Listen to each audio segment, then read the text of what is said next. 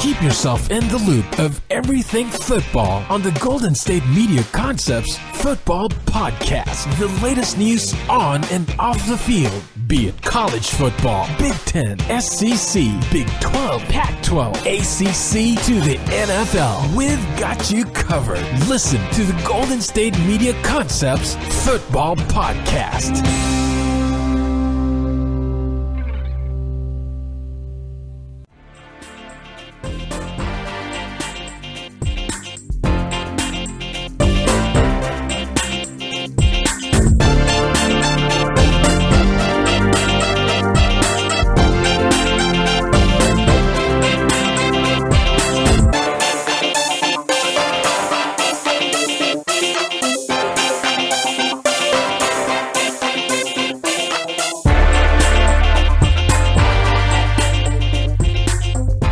And welcome to the GSMC Football Podcast, brought to you by the GSMC Podcast Network. I am your host, Jeff Maloff, and with me is the Kyle Shanahan to my Mike Shanahan. I give you Marc. I'm not your son. I know. Don't ever say that again. Okay, fine. You're the...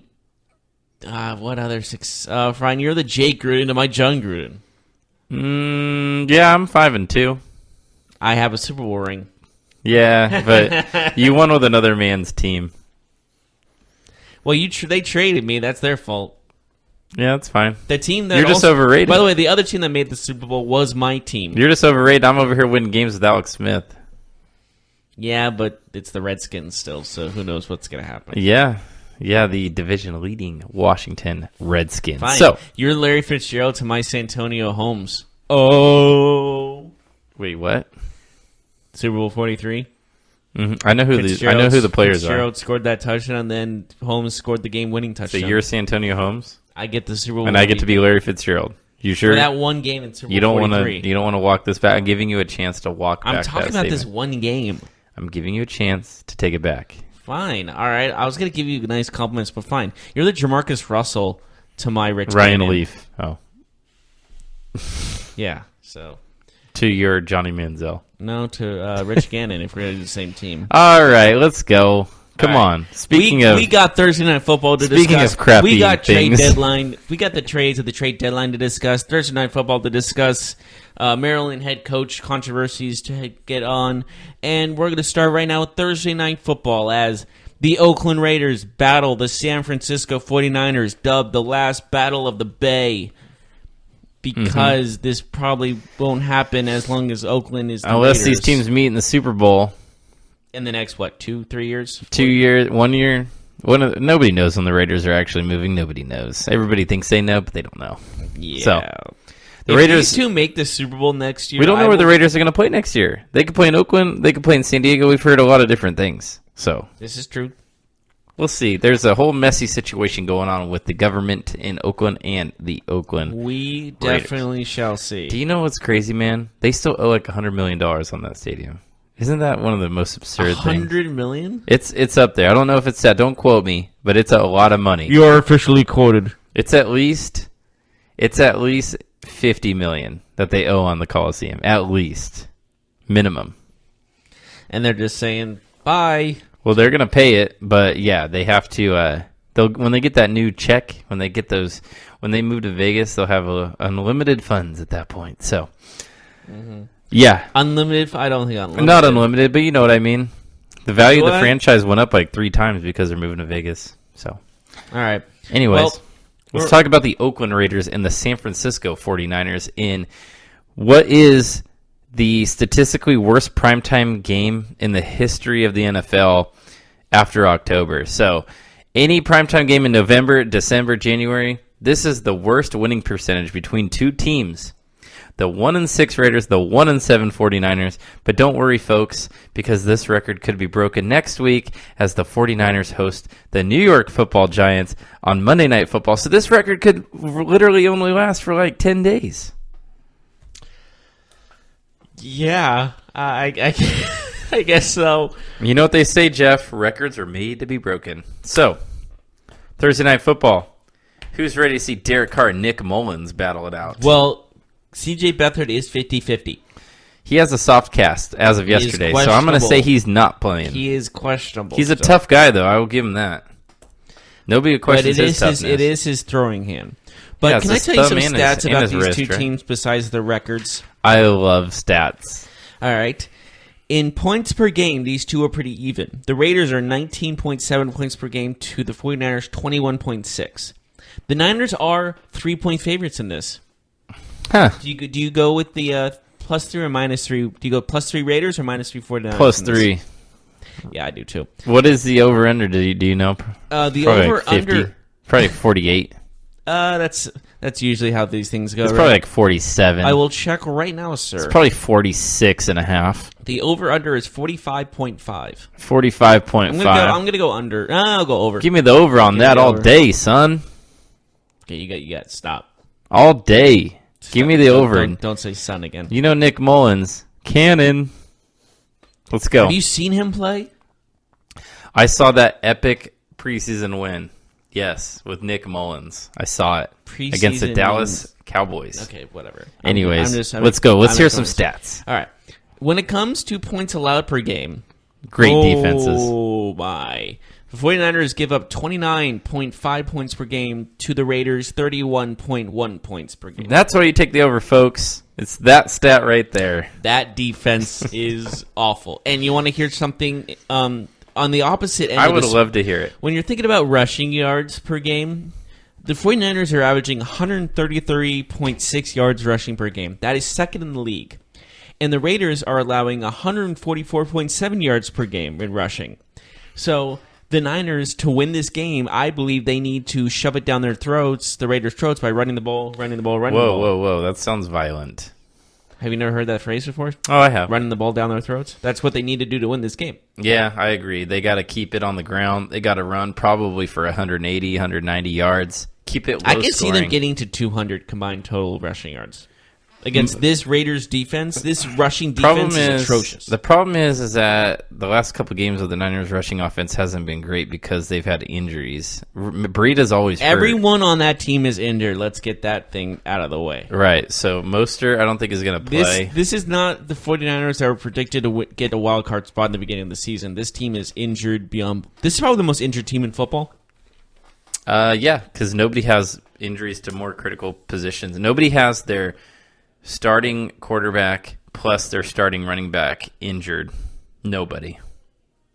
So, and well, the exception of maybe the Buffalo Bills, but McCoy's okay. He's banged up, but you know what I mean. Anyways, Jeff, don't you think that this game has the potential to surprise everybody? It'll be a fun game. Nick Mullins throwing deep.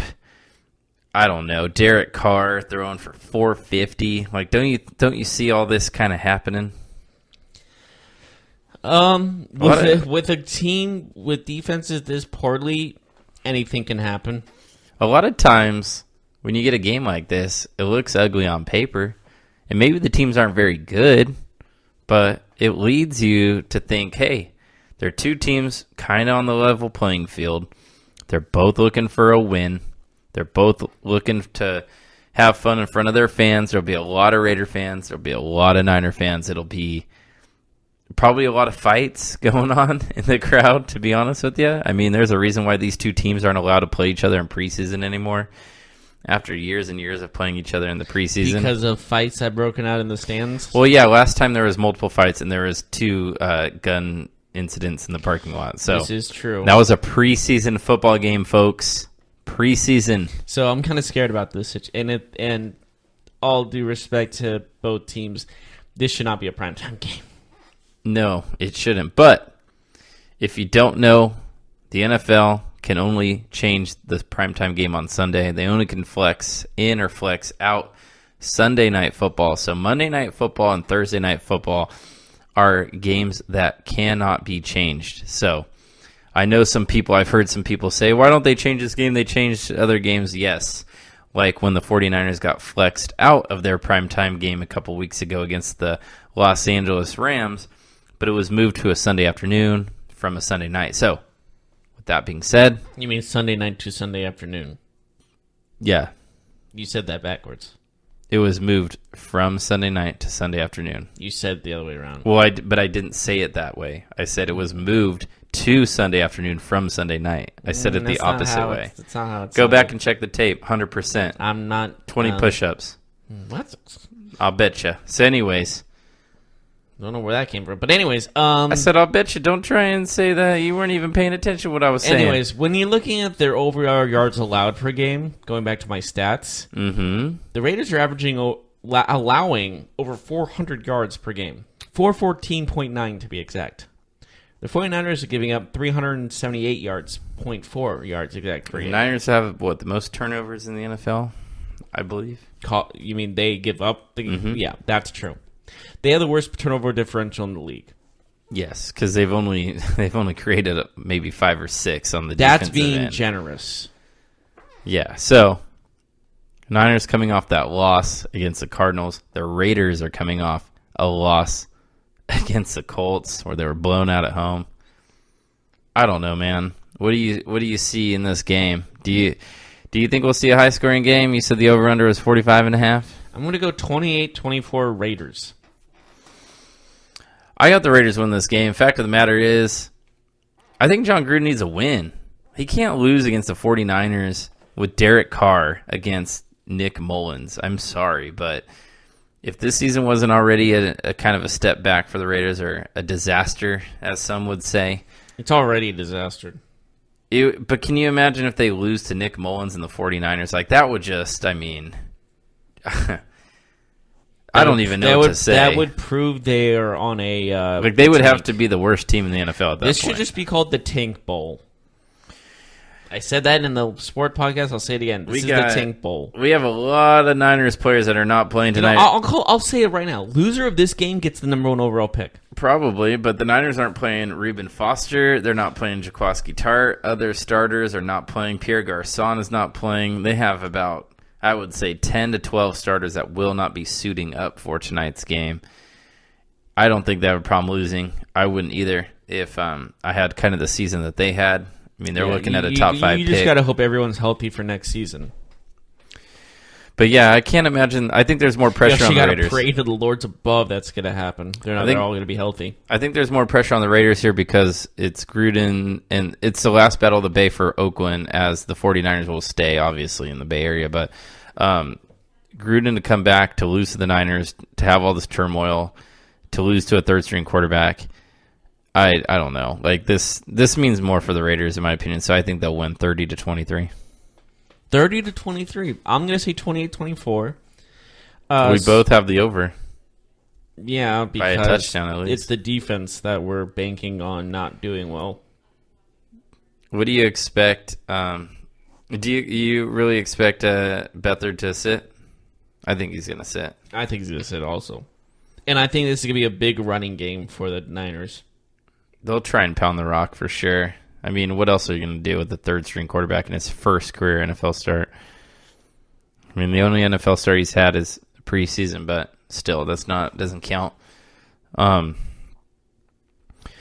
We'll see the Raiders again. They'll be playing without Amari Cooper. We saw their offense actually look pretty decent last game with no Amari.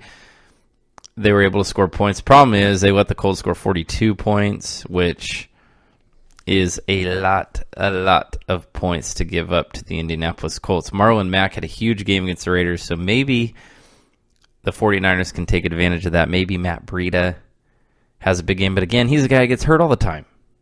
He's on the ground. He's looking every other play. He's looked at by the trainers. I mean, sounds like Raheem Mostert will not play for the 49ers tonight as a backup running back. So Alfred Morris might get a handful of carries tonight. He might be able to go against a leaky run defense. We'll see if they can take advantage of that. And, of course, on the other side, 49ers pass defense has been decimated by injuries, and no Jaquiski Tart tonight for the 49ers. Sherman should play, but he's only one man, and there's 3 other defensive backs at least on the field at one time, and that's a problem for the Niners, as they have not been able to find consistent cornerback play on the opposite end. And, of course, this is just going to be a sloppy game. Should we just agree with that? Yeah, Doug Martin for the Raiders, Jalen Richard. So, I guess we'll see what happens. Maybe we should take a quick break. When we come back, we got to talk about some trades in the NFL. Last time that we had a show was the trade deadline day, but it was before the deadline. And a lot of things happened after our show ended. Yes. So which is not fair to us. Because as soon as the show ended, we looked at like updates and everything, and it just went haywire from there. Like my phone went crazy after the show went off. We will jump into the various trades, who went where, and the analysis for these trades when we come back.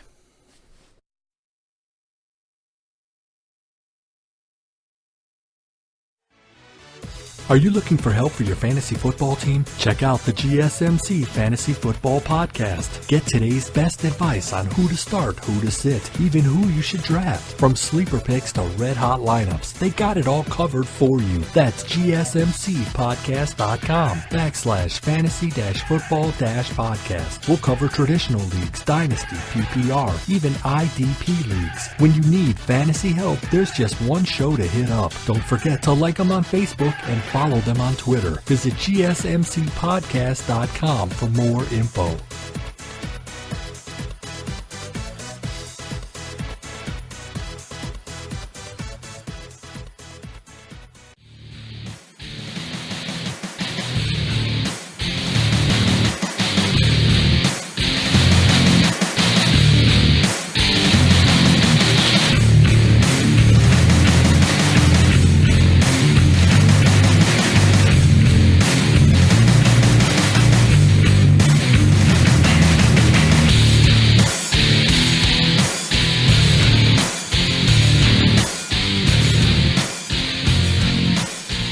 Welcome back, everyone, to the GSMC Football Podcast. We just finished discussing the Thursday Night Football mismatch between, maybe not mismatch, but not an attractive match to say the least, between the 49ers and the Raiders, both one-win teams.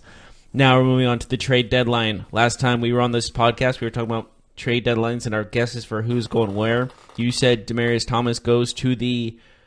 he was rumored to go to the Patriots, other teams too. He was a hot name on the market. He ends up going to the Texans. Yes, he did. He did change teams. He did go to the Houston Texans for a pretty late round pick, in my opinion. He is old, yes, but looking at all the wide receivers that were just traded, Amari Cooper was traded for a first round pick. Golden Tate for a third. Thomas for a fourth. And there was one more that was traded for a fifth round pick. Wide receiver?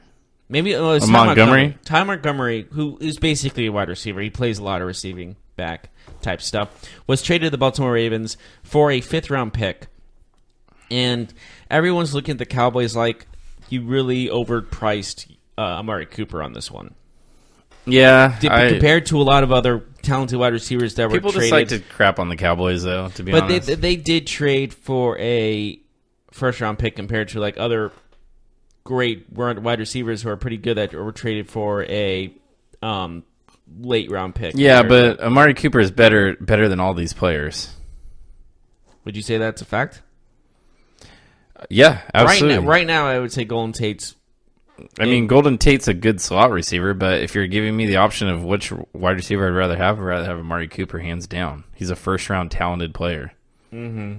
Yeah, he's had his ups and downs with Oakland, but I don't think that's on him. I think it's on his quarterback. I think it's on his coaching. We will find out because he. I don't know if we'll find out because he kind of has the same situation in Dallas. To be honest with you, he's not exactly going to a team with a Aaron Rodgers quarterback and with a mastermind offensive coordinator. So I think he'll struggle in Dallas too. But I mean, if you're asking me who's more talented, give me Amari Cooper. Amari Cooper's also 23 years old. Golden Tate's 30. So I understand why one went for a first and one went for a third. We'll see if it works out for the Cowboys. I don't know if it'll be the greatest trade in the world, but I don't have a problem with it if Amari Cooper is a good football player, which I think he is. So he is a good football player. I just think maybe first round is a little too steep for my blood, to be honest. I would rather... but for the Cowboys, it makes more sense because Golden Tate would do nothing for the Cowboys. I would say second round pick would be the most I'd get for him, to be honest. Yeah, maybe. Yeah. I wouldn't. For the Cowboys, though, they already have a good slot receiver in Beasley. They don't need Golden Tate. It makes sense to get an outside receiver, so we'll see. Tate, although, I think is a super good pickup for the Eagles, if I'm being honest, because the Eagles have a need at slot receiver. Nelson Aguilar just doesn't do it for me. I'm sorry. Like, he's a decent player, but they need somebody who can really win those one-on-one matchups in the slot. Give the Eagles offense another dimension. Carson Wentz is a very good quarterback. I think that that's a really good match. And I know that Tate will become a free agent, but with the last handful of games and heading possibly into the playoffs for the Eagles, I think it's a solid pickup for them. I think it's a push for the division.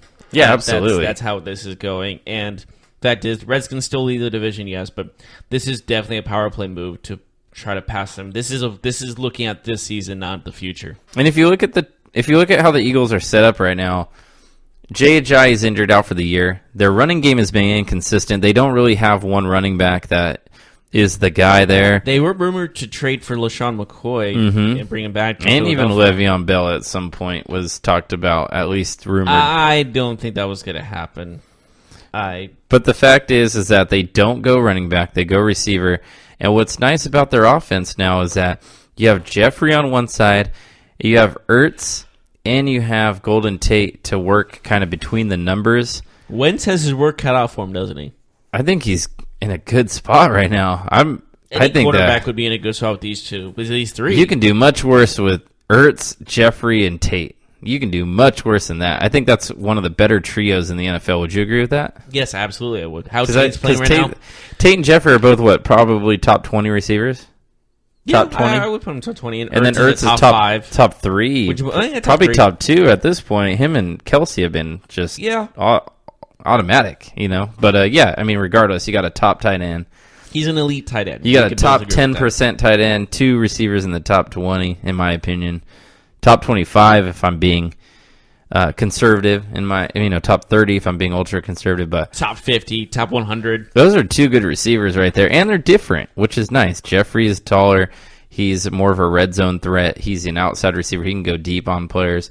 But Golden Tate, he's real shifty inside. Very good slot receiver. And slot receivers and slot cornerbacks are very underrated. Real NFL fans, real football fans know the importance of having a guy like that. But the casual fan, that might be lost on them, how good a slot receiver can really open up an offense. They're crucial. They're absolutely crucial. You're right about that. And the fact of the matter is, adding these players to each of these teams, even Demaryius Thomas to the Houston Texans, they also have DeAndre Hopkins. I want to ask you about that, since we kind of talked about Tate to the Eagles. Do you think Demaryius Thomas, what does he really add to the Texans, in your opinion? He adds more wiggle room so DeAndre Hopkins is not the only one. They lost Fuller, which is a huge loss. And with him gone, you would think, now all the teams are just going to focus on Hopkins because he doesn't have another receiver to go to. But now he has Demaryius Thomas. Watson does as well. And so this is a dangerous two-punch combo that I think is going to be a big factor in the Houston Texans remaining the top of the AFC South. Yeah, I'm not so high on this move just because I think Demaryius Thomas is well past his prime, and I don't know if he really offers a whole lot. Now, he offers veteran leadership. He offers experience. He has been in the playoffs before, so there is value there for Houston. But in terms of ability, I'm not so sure he really adds a whole lot. Now, the Denver Broncos invested a lot of draft capital in a wide receiver this year. They drafted Courtland Sutton. They drafted Deshaun Hamilton. They've really tried to find a receiver, which signals to you that they aren't necessarily stoked with what they have, or they're trying to transition from Demaryius Thomas. We know Emmanuel Sanders has been an absolute stud for the Denver Broncos. But they were willing to get rid of Demaryius Thomas. He had been losing playing time to guys like Courtland Sutton, the rookie. But I don't know if this really adds anything to Houston other than a name.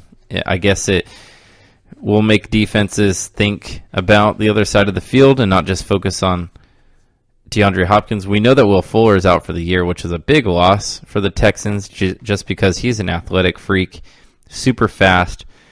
that wide receiver combo of Hopkins and Fuller was very dynamic, and I just don't see Thomas kind of adding to that. I don't see him adding Aren't you it. a negative Nancy? What's that? Aren't you a negative Nancy? No, I'm just being a realist. I mean, I think Demaryius Thomas is a great guy, good guy in the NFL, but he also drops the ball. Tebow look like a superstar. Yeah, that was a long time ago, you know. The problem with Demaryius Thomas... that was the same year Derrick Rose is MVP, and look at Derrick Rose right now. The problem with Demaryius Thomas is that he's more of a possession receiver, but he's not reliable with his hands. Mm-hmm. So it's like he drops a lot of passes, but that's what he needs to be. He needs to be consistent catching the football. So I don't know. The Texans offense doesn't have a lot in their running game. So for me, it's a trade. Like I think it would be important a couple years ago. I think it only improves, in my opinion. It only improves them.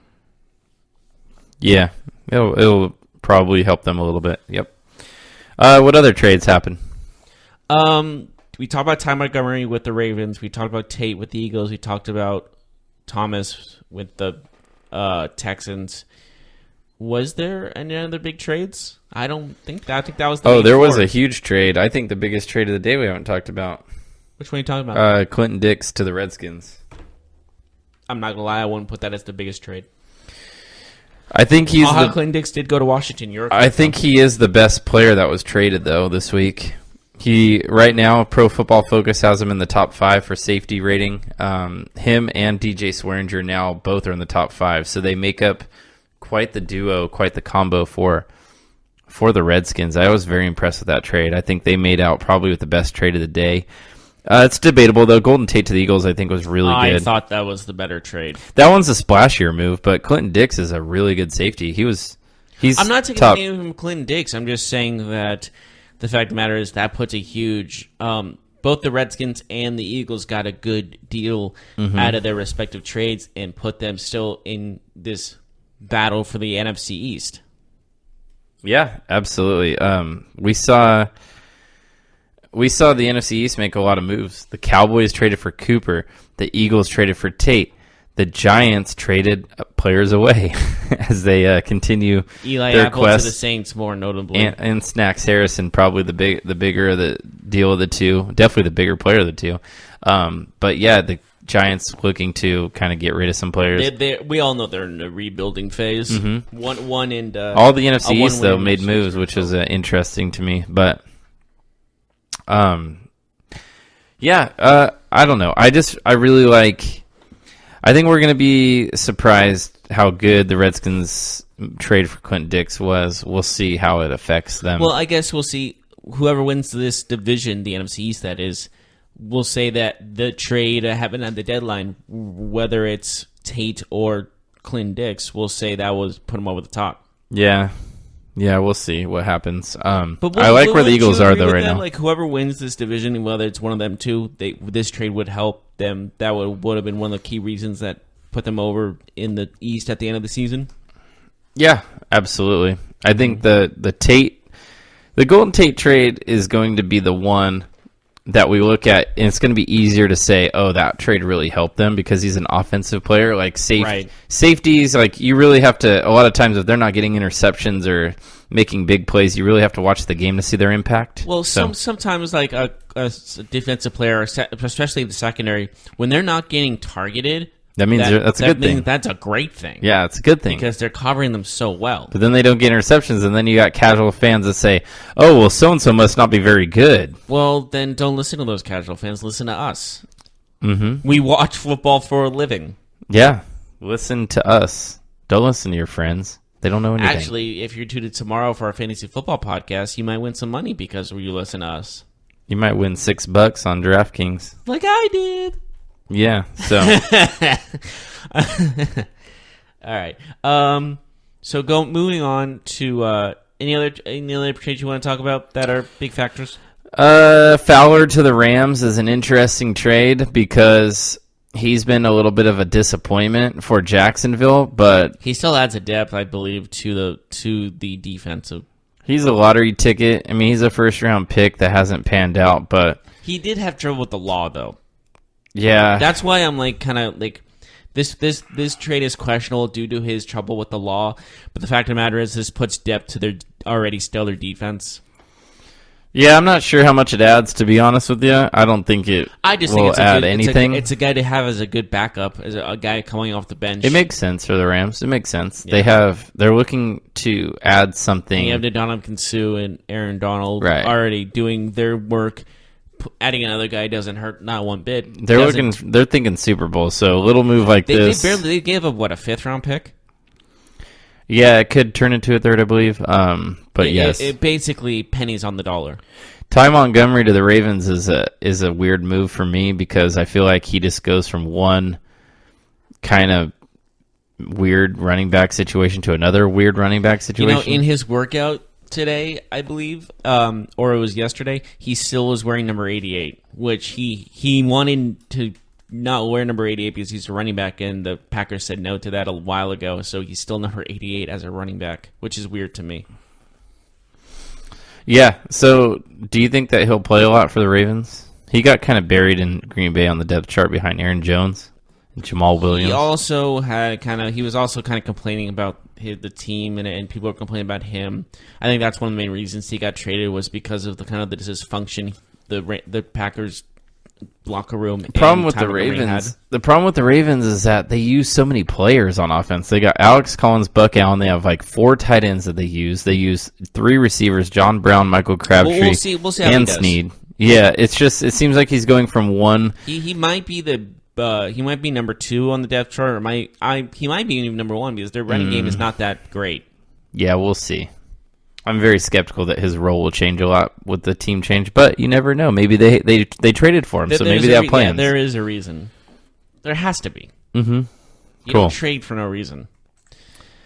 Yeah, sometimes. Who trades? Okay, sometimes you trade just to be worse and get a higher draft pick and have more draft picks and so on and so forth. But I don't think that was the reason they traded for him. No. I mean the Packers trading him. That is because there's like the Packers just wanted to get rid of him and get a draft pick for sure. I think he was just being a problem in the locker room. So yeah, and plus Aaron Jones has looked really good. So surprisingly, that's kind of a big surprise for me personally. But anything else about trade deadline you want to discuss? No, I think that's it. I think we'll take a break. We got to talk about that DJ Durkin Maryland situation. We come back, that terrible, terrible tragedy, and the aftermath, and the latest news regarding that situation.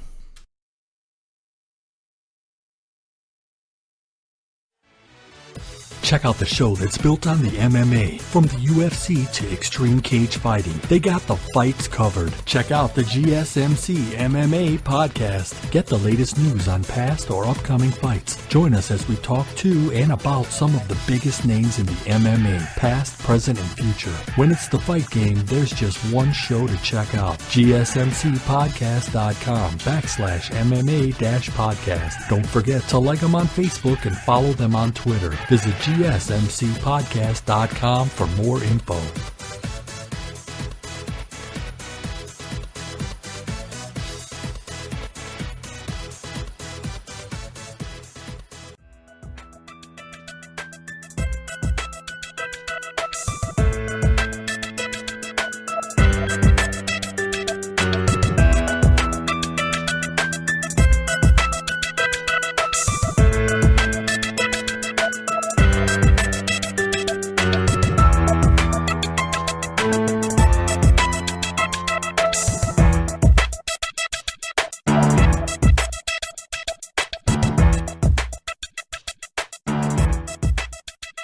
And welcome back to the GSMC Football Podcast. We just finished talking about the trade deadline and all things that happened in the trade deadline. Now we're moving on to college football as the Maryland head coach, DJ Durkin, has been fired after a very strange day. He's the Athletic. They said he would stay on as the head coach of Maryland, and then they fire him the next day. And this is also during the time where they find out he has a dysfunctional locker room, and also the fact that one of his players died on his watch in a May practice, and he died due to heat stroke. And this is just a very odd situation we're having to deal with right now.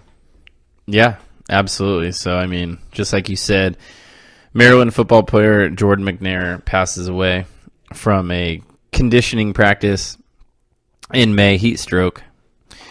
He gets to the hospital. He dies from complications from that eventually. That was definitely a tragic situation. So this whole time, DJ Durkin's been suspended while there's been a third party doing the investigation and looking into this. And basically what was determined was that DJ Durkin had a kind of a dysfunctional program going on at Maryland. And with that being said, the Board of Regents, which has a lot of power, especially for the University of Maryland, the Board of Regents, they decided that even though he should share some blame, that this wasn't completely his fault and that he should remain as head coach of the Maryland football program. And the president, Wallace Lowe, he is actually appointed by the Board of Regents. So the Board of Regents cannot fire the coach of Maryland, but they can fire the president. And even though Wallace Lowe seemed very hesitant in keeping DJ Durkin on as head coach, he went with what the people wanted, and that was for DJ Durkin to remain head coach. So yesterday, they go ahead and they announced that DJ Durkin will be remain as head coach. There was some backlash, obviously, by the public. We saw some of the players walk out of the team meeting when it was announced that DJ Durkin would return. And now we've seen Maryland do an about face, and they have fired DJ Durkin 1 day after reinstating him. Just a mess all around. I mean, nothing to take away from a young man who lost his life, but the way that this program has handled this situation has just been brutal. It's bad PR, in my opinion. What is your take, Jeff? This is just a very unfortunate situation we're dealing with, especially in Maryland.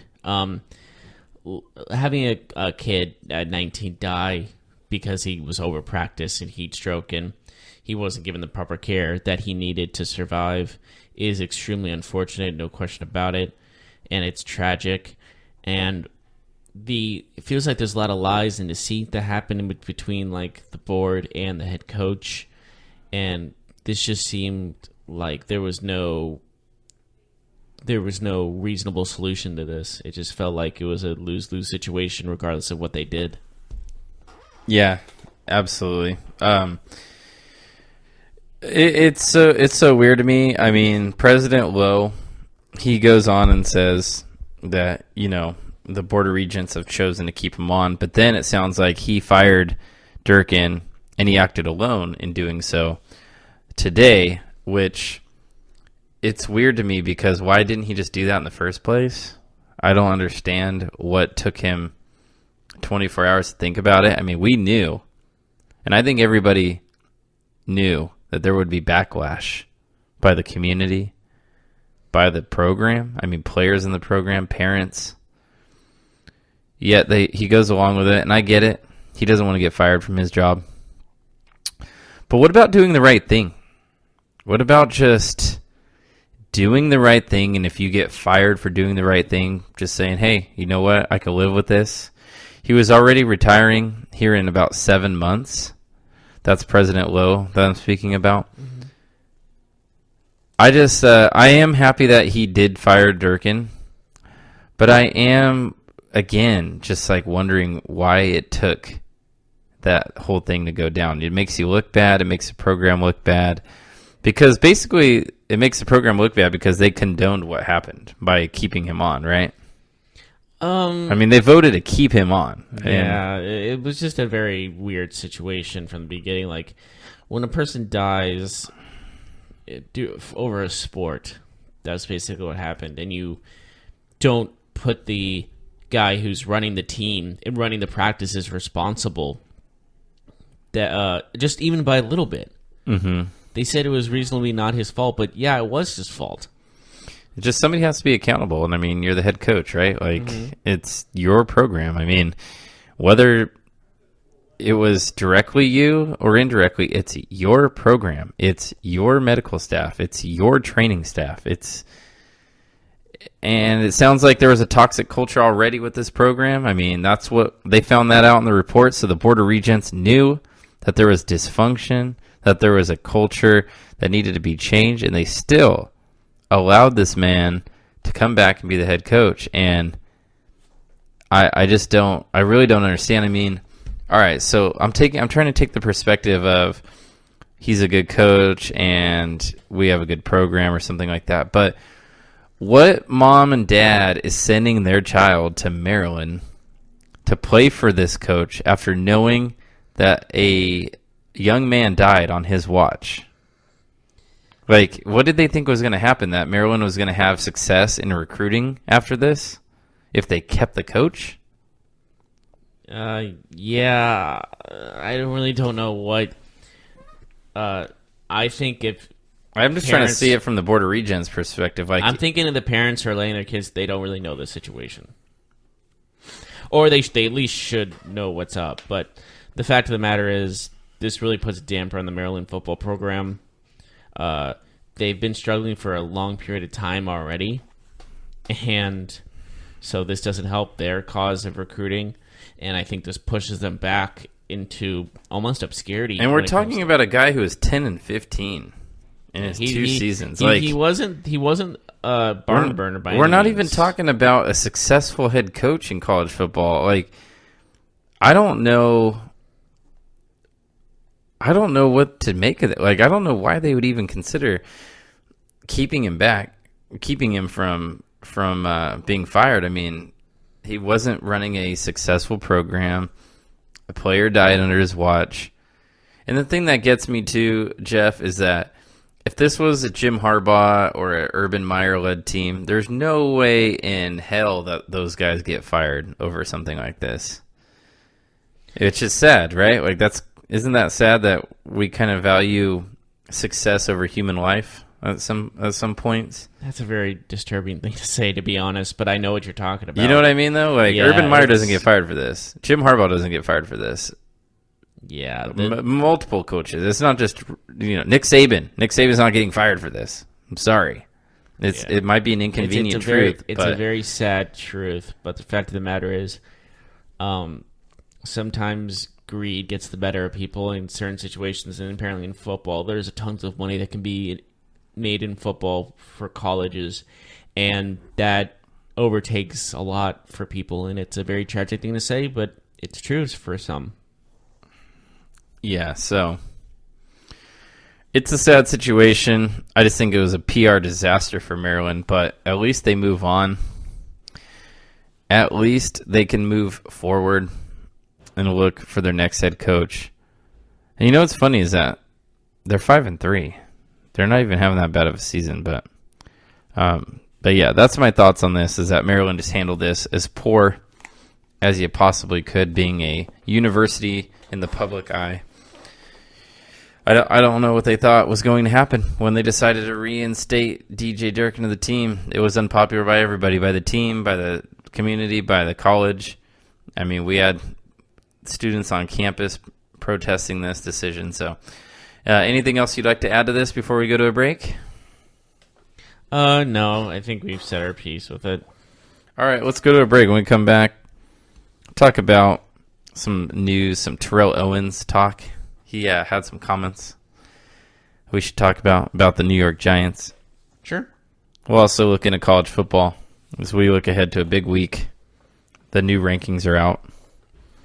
We'll talk about Green Bay and Detroit in the NFL, what those latest trades mean for them. Does it mean that they're punting the season? We'll talk about that after this. Check out the show built around the women of MMA. From the UFC to the extreme cage fighting, we got the fights covered. Listen. It's the Golden State Media Concepts Women's MMA Podcast. The latest news of upcoming fights, discussions of previous matches. Join us as we talk to and about the biggest names in women's mixed martial arts, past, present, and future. When it's the women's fight game, you know where to listen to. The Golden State Media Concepts Women's MMA Podcast.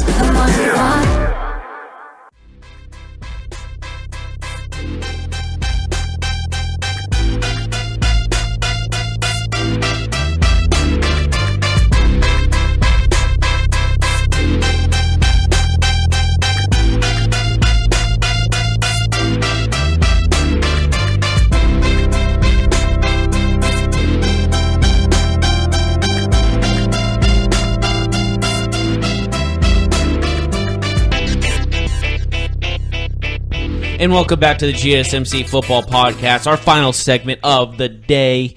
And we got a couple things to talk about. Terrell Owens, pretty critical about the Giants' quarterback situation with Eli Manning. And he says a change needs to be made, and I think he's right. What do you think? Yeah, so he was speaking to TMZ, said, regarding Eli Manning, I mean, if it was anybody else, any other quarterback, he would have already been replaced. So at this point, give someone else an opportunity. He's accomplished a lot, but at the end of the day, the writing's on the wall. You have special players that are behind those not-so-great lines that can make something out of nothing. Eli is not one of those types of quarterbacks. He needs protection. So he's talking critically about Eli Manning, as I think a lot of people are, a lot of Giants fans are. It doesn't help that the Giants' backup quarterback, Lauletta, got arrested the other day, but do you think that the Giants need to make a change? Yeah, I've said that for a while, and I'll say it again. It needs to be done.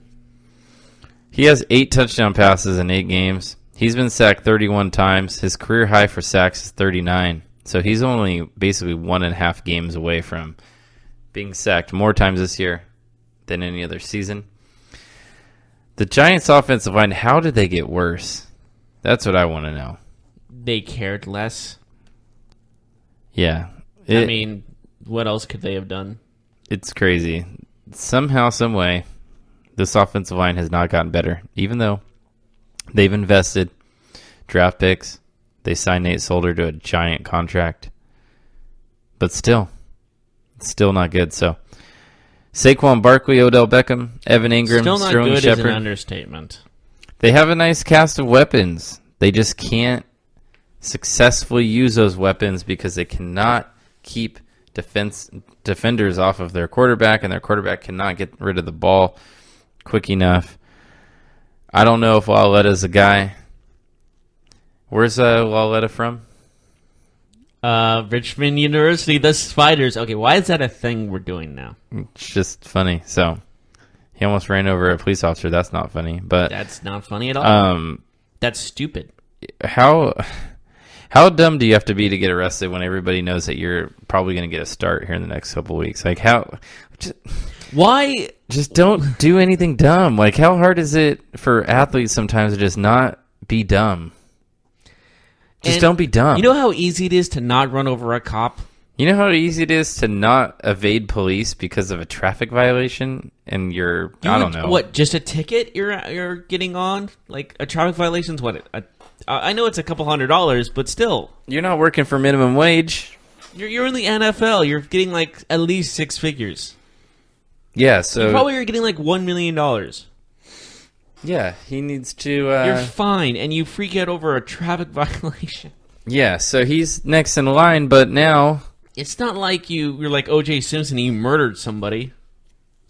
Allegedly murdered somebody. Allegedly, yeah. It is alleged. It's true. I mean... It's never been proven. I mean, if the glove don't fit, you must acquit. So, they acquitted. Anyways, Eli. Is that what they actually say? I Yeah, haven't, man. Johnny Cochran, man. Come on. No, I haven't watched the documentary in a long time. If the glove don't fit, you must acquit. Hey, that should be on a t-shirt. I'm sure it is somewhere. I'm sure it is. I'm sure it is. So, yeah, Eli Manning, he is still, at this point in time, the quarterback of the New York Giants. I really don't know. What to make of it, but why don't we move on? All right, what do you want to move on to? College football playoff ranking. Yes, our top 4 have been set. They're not in stone, but they have been set. Number 1. Who are they? Number 1, Alabama. Number 2, Clemson. No surprise there. Number 3, LSU. That's a little surprising. And number 4, Notre Dame. Surprising that LSU is higher than Notre Dame because they have a loss and Notre Dame does not. They are going to play Alabama this weekend. They are. And if they lose this game, they are out of the playoffs. Oh, boy. If they win this game, I think they take over a number 2 spot. Playoffs? They might even take the number 1. You talking about playoffs? If they win this game, Clemson takes number 1, LSU takes number 2, Alabama takes number 3, and Notre Dame stays at number 4. Nah, Alabama's not staying ahead of Notre Dame if they lose this game. If Notre Dame wins. I think they go to number 3. You can put in the books and send them to the line, my friend, because that's not happening. Well, I believe that's going to happen because Alabama is one of the most favored teams when it comes to rankings. You're right about that, but Notre Dame is also not the stepchild of college football. They're a darling. Not in the slightest, but if Alabama loses this game, they're not dropping to number 4. I'll tell you right now, if they're not dropping number 4. I guarantee you they're not dropping to number 4. If Alabama loses to LSU and Georgia beats Kentucky, they will fall behind Notre Dame and Georgia. No way. Write it down. No way. And Michigan. No way. Michigan plays number 14 Penn State. Yeah, but if Notre Dame wins, they're not losing their number 4 spot. It also depends how they lose. If Notre Dame wins, they're not losing their spot, regardless who wins. If Alabama loses by more than a touchdown, they're not staying in the top 4. I will bet you whatever you want, my friend. No, they're staying in the top 4 regardless of what this outcome is. They're staying in the top 4.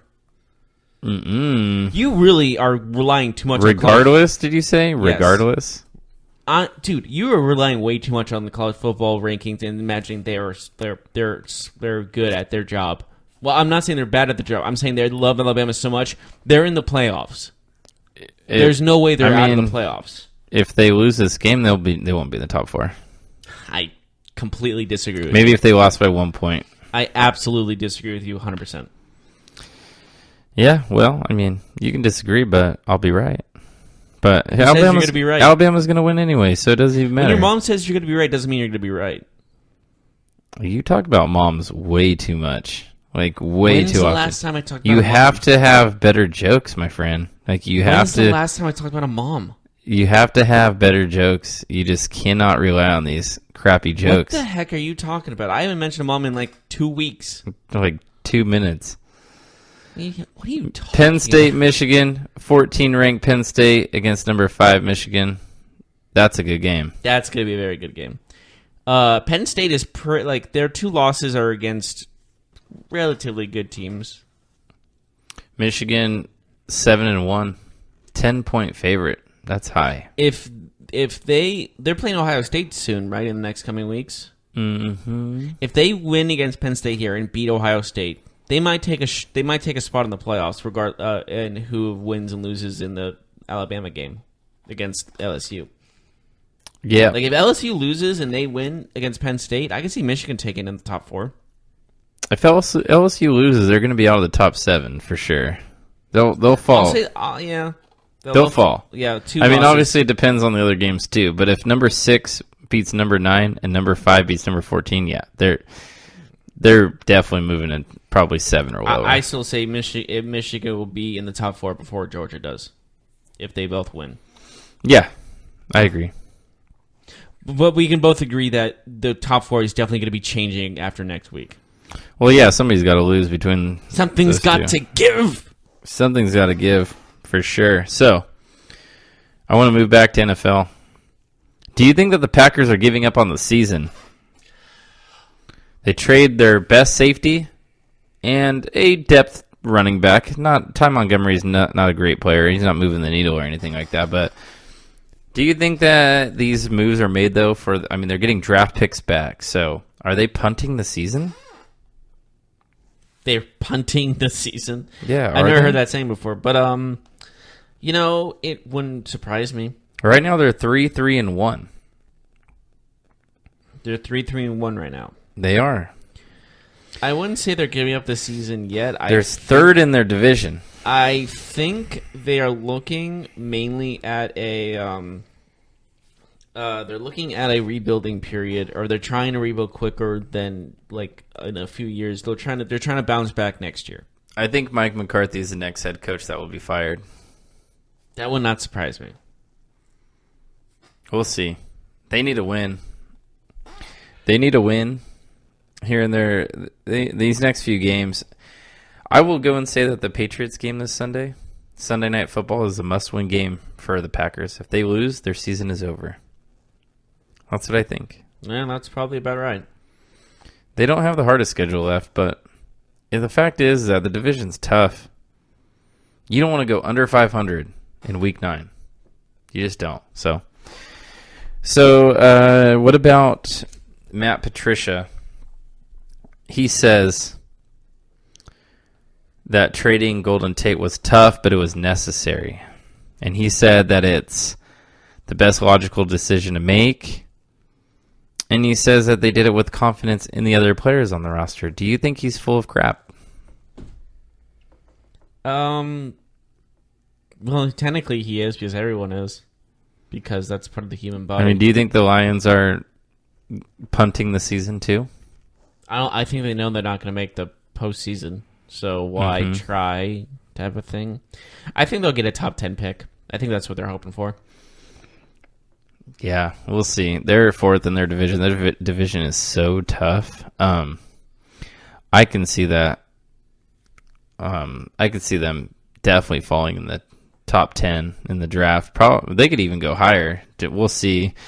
The next couple of weeks are big to kind of look at playoff positioning, but also who's punting the season, who's tanking the rest of the season, you can say. But any other thing that you want to talk about in the world of football? No. All right, so I think we should end the show today, and we'll be back tomorrow. When we come back tomorrow, we will discuss the Week 9 matchups in full detail. We'll break down each game. We'll give our predictions.